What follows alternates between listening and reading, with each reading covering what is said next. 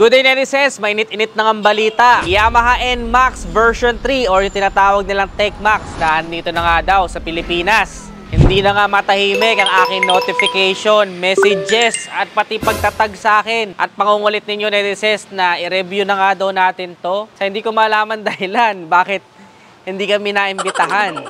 So parang hindi pa yata ito yung official launch, kundi Yamaha Summit or yung mga partnered na dealership pa lang ang naimbitahan sa official na pag-announce na naandito na nga sa atin sa Pilipinas. So basically, kitang-kita naman na talagang pinagkaguluhan dahil marami ang nag-aabang dito. Ilang sa mga napansin ko, iba na yung kanyang looks. Para magkahalong NMAX version 1 at version 2 na pinagsama, nandun pa rin yung mga sharp edges niya na wala yung pagkabilugan ng konti. Medyo futuristic na. At ang ganda nung kanyang unahan, no? Parang yung sa Avengers na may ilaw sa noo.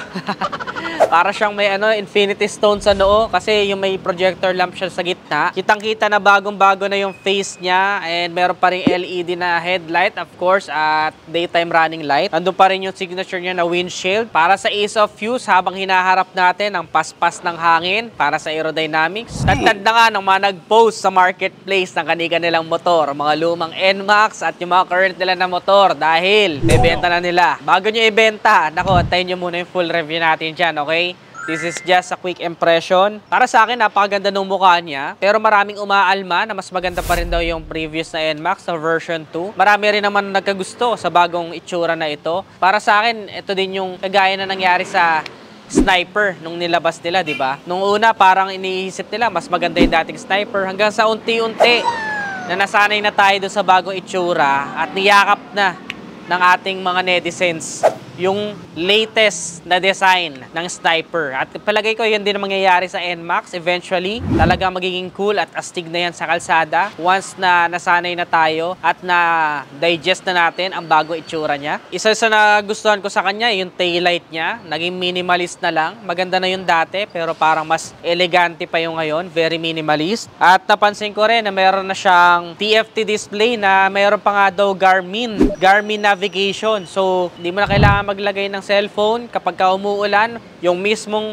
digital meter panel mo ay magkakaroon ka na ng mapa for navigation. Napakagaling, di ba? At saka dual screen na rin siya. Bukod dun sa 4.2 inches na main display, meron pa sa itaas para sa speedometer and all that details going on. Of course, hindi mawawala na keyless system na rin ito, kagaya dating NMAX. At syempre, may charging port na rin at may bulsa pa rin. So, malalaman natin kung kakasya ba ang ating iPhone 16 Pro Max 1TB fully paid kapag on hand na natin siya nakita sa personal. Excited na rin ako, gusto ko na makita. Yun din yung reason na isa sa mga inaabangan ko yan para di natin alam, malay ninyo. So isa rin sa mga nakita ko doon sa inilaunch nila ay may baso yung kanyang suspension sa likod. I'm not quite sure kung yun yung actual na makukuha natin or that's just a potential aftermarket. Pero mukhang yun na kasi di naman sila magpe-present ng potential lang, di ba? Bukod doon sa compact new body with dynamic dual eye headlights, isa rin sa napansin ko sa kanya ay yung luxurious niya na seat para sa comfort nating rider at syempre ng ating OBR. Kaya kilala naman natin ng NMAX, isa sa pinaka-komportabling imaneho motorsiklo talaga yan. Kaya talagang madami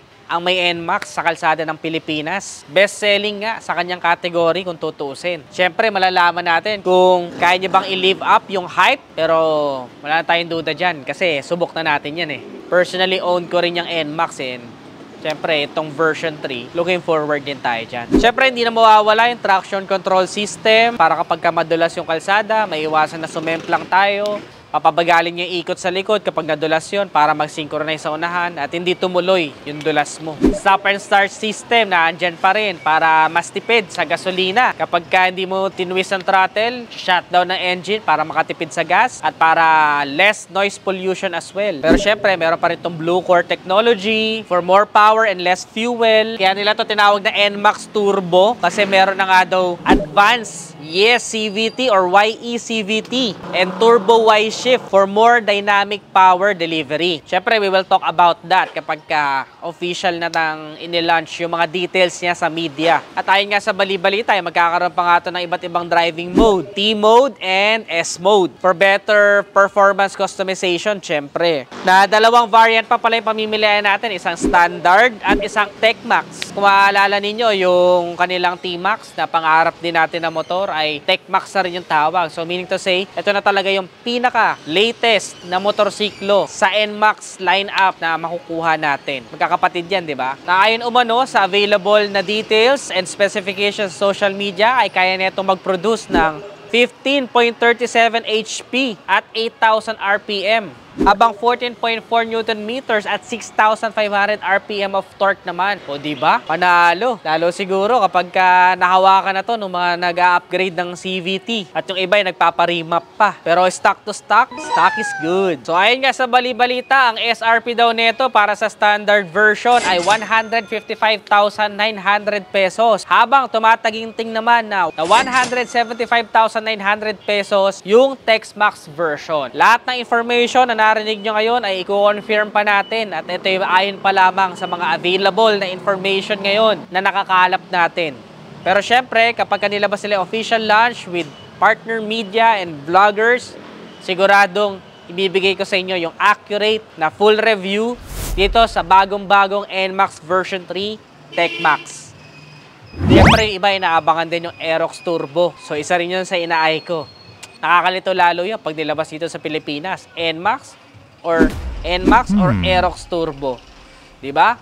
Hirap lalong mag-decide niyan. Pero sa ngayon, since NMAX yung nilabas, NMAX muna ang ating pagfokusan. So, ang dalawang kulay na nakita ko doon is yung ceramic gray at saka yung dark magma. Alin sa dalawang mas maganda, netizens? Comment nyo naman sa ibaba. So, excited na akong mahawakan to, ma-test drive. At talagay ninyo, dapat na ba tayong magbenta ng motorsiklo para bumili nito?